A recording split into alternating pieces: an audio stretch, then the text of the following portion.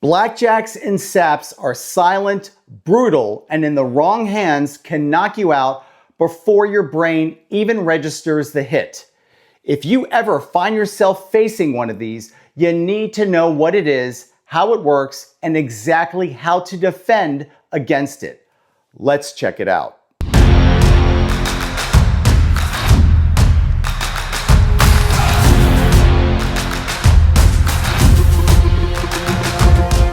Now, saps and blackjacks were standard issue weapons for law enforcement for decades, especially in city departments through the 1980s.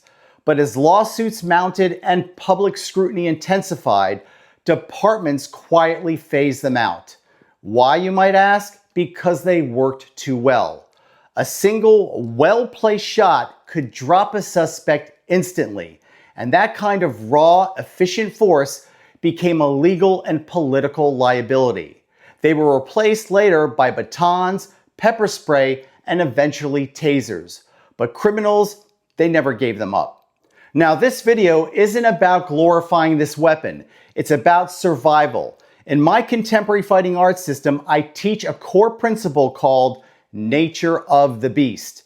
If you want to survive in the streets, you need to understand the weapon, its strengths, its weaknesses, and how it's used against you, because you can't fight what you don't understand, especially when the weapon is compact, brutal, and built to drop you instantly. First, let's clear up all the confusion, because these terms get thrown around loosely. A blackjack has a rounded, lead-loaded head on a springy shaft. It's compact, leather-wrapped, and has a retention strap. And it delivers a brutal whipping action that adds velocity on contact. Now, a sap is wider, flatter, and it's paddle-shaped. It's also loaded with lead or steel. It flexes slightly, but it crushes, it doesn't whip. You can strike with a flat portion or the edge of a sap. Now, a slapper is simply a smaller sap. The core difference is blackjacks whip, saps smash. Both can end a fight in a blink of an eye. One detail that's absolutely critical is the retention strap. All blackjacks, saps, and slappers have one for a very good reason. These weapons are heavily weighted at the striking end, and when you swing full force, that front-loaded mass pulls forward with violent momentum. If your grip is not locked in, it can fly right out of your hands. That's why the retention strap isn't decorative, it's essential. If you're training with these weapons or defending against them, you need to account for the physics behind that force. Ignore it and you risk losing control during the fight. For this demo, I'm using a sap because it clearly shows the kind of blunt force trauma these weapons deliver. Now, like the Kubaton, it's most effective when you strike a bony target that sits close to the surface of the skin. That's where the damage is immediate and undeniable. While this is a controlled demo on the body opponent bag, the goal isn't just to show you how the weapon works. It's to help you understand how it might be used against you. The more you grasp its mechanics, the better you can defend against it. And what if you manage to disarm the attacker? Now the weapon is in your hand. That changes everything. Understanding how it works isn't optional. It's critical if you want to finish the threat and stay alive. That's what this training is for. When the bridge of the nose is struck with a weapon like this, the nasal bone can shatter instantly. The pain is immediate and blinding. Tear ducts erupt, blood flows into the airways, and breathing turns into a panic response. Vision becomes compromised, and what typically happens next? Most people instinctually drop their hands to shield their face, leaving them exposed to a follow-up strike. If a criminal strikes the temple with this sap, he's hitting one of the thinnest, most fragile parts of the skull, right over the sphenoid bone. A clean shot can fracture it, scramble the brain, and in some cases, kill instantly. It's that serious. Even if you stay on your feet, your cognitive system is fried. You're not processing anything. No blood, no screaming, just lights out from the inside. Striking the ear is ground zero for balance and orientation. A clean hit can rupture the inner ear, trigger vertigo, nausea, and full-blown disorientation. Most people can't stay upright. They'll stumble, clutch their head, or collapse from sudden loss of equilibrium. A strike to the side of the jaw can fracture the mandible and violently twist the head. This kind of trauma often results in immediate loss of motor control. The body shuts down before the brain can even catch up. Victims may drop instantly, unable to defend themselves even if they're upright. It's a sudden, catastrophic failure point. And for you guys who like to nitpick my videos, yes, I'm cognizant that the chin is a target. I didn't focus on it because from a victim's perspective, it's less likely to cause cognitive shutdown. Given the way a sap is typically swung, the angle toward the chin isn't ideal, and an upward shot is awkward and harder to land. That's why attackers favor the side of the jaw. It's faster and far more debilitating. If a bad guy strikes the throat with the edge of this sap, it can crush the trachea, collapse the airway, and cause immediate asphyxiation. This kind of trauma can be fatal, real fast. The base of the skull is one of the most dangerous targets on the human anatomy. A powerful strike here can disrupt motor control, drop you instantly, or even be fatal. You might not see an external injury, but the internal shutdown is very real. A solid strike to the collarbone can shatter your clavicle instantly. And once that bone breaks, your arm is done. You won't be punching, grabbing, or doing much of anything with it. If you square up in a fighting stance and a bad guy draws this weapon and targets your hands, one sharp shot to the hand or wrist can shatter bone and destroy your ability to fight back. Cops in the 1970s used this exact tactic to stop threats fast. No head trauma, just broken hands and instant compliance. Hey, we're about to get back into the video, but let me ask you something. Do you want to legitimately accelerate your self-defense skills? And are you sick of clickbait videos teaching absolute garbage? Or tired of being misled by unqualified wannabe experts who have zero credibility or experience? If the answer is yes, now is the time to join my War Machine memberships.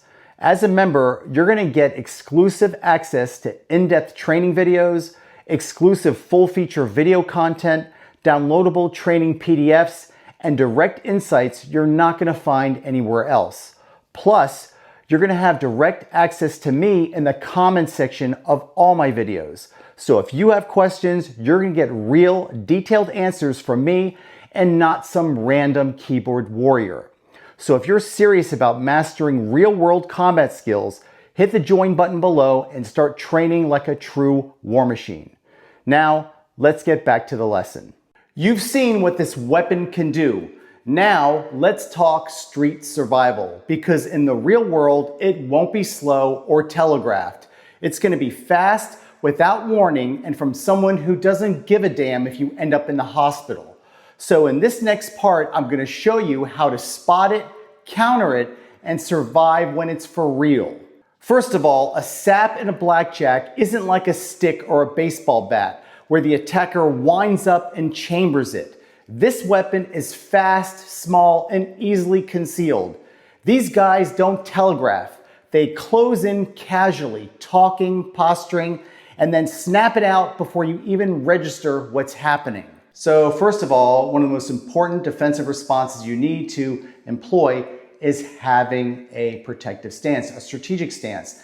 Now again, we're talking about the pre-contact stage of combat. Now we're dealing with a sap or a blackjack.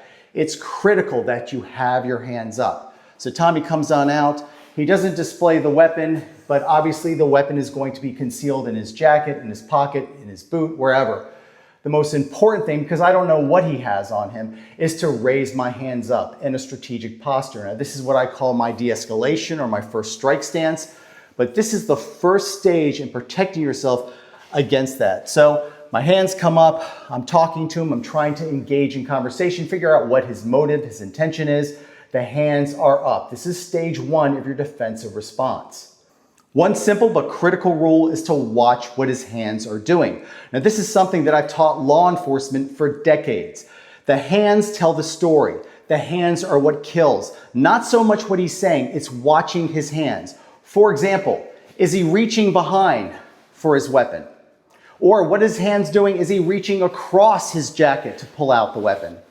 And of course, he can always reach directly in front of to pull out the weapon. The key here, guys, is to focus on these visual cues. These are something that you need to focus on and train for. Now, if you're interested in developing these critical visual recognition skills, I have a video titled Speed Training for Street Fighting, Visual Reflexes, where I teach combat-specific exercises that condition your brain to spot hand movements before weapons or punches are deployed. It's one of the most important reaction timing exercises you can learn, and it's available for purchase exclusively on my website at sammyfranco.com. And if you're a War Machine Elite member, you can watch this video for free inside the members only section of this channel. And if you're not already a member, hit the join button below and check out the different membership options we have to offer. Rule number 3, once you confirm his intent and that he's reaching for something by either shifting his posture or moving into the draw position, there's no more time to analyze. You don't wait to see what's coming out. You don't play defense, you attack. We call this the first strike principle. If escape isn't viable and the threat is imminent, you strike first, strike fast, and strike with authority. It's about ending the encounter before it becomes a game of survival. First strike doesn't mean striking to escalate. It means first to end the dangerous encounter. Now, if you're too late to launch that preemptive strike and he's reaching for the weapon, you need to control it. You need to stuff it and jam the weapon as he's reaching for it. For example, let's say Tommy and I are in a pre-contact scenario.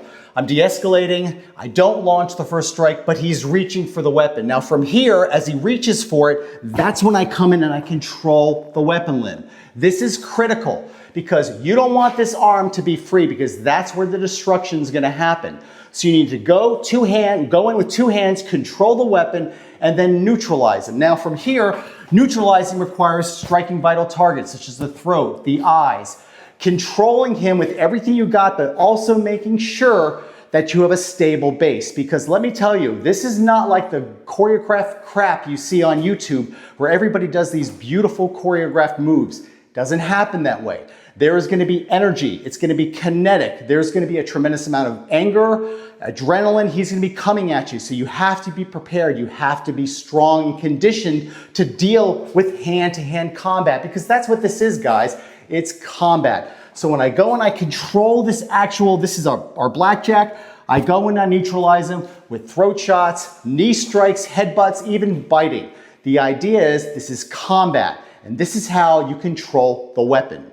Blackjacks and saps are illegal in many places for a reason. They're compact, brutal, and lethal. This video was created to educate you, to show you how they're used and why you need to be aware of them. In real-world self-defense, ignorance isn't protection, it's a liability. Thanks for watching, and I'll see you at the next video.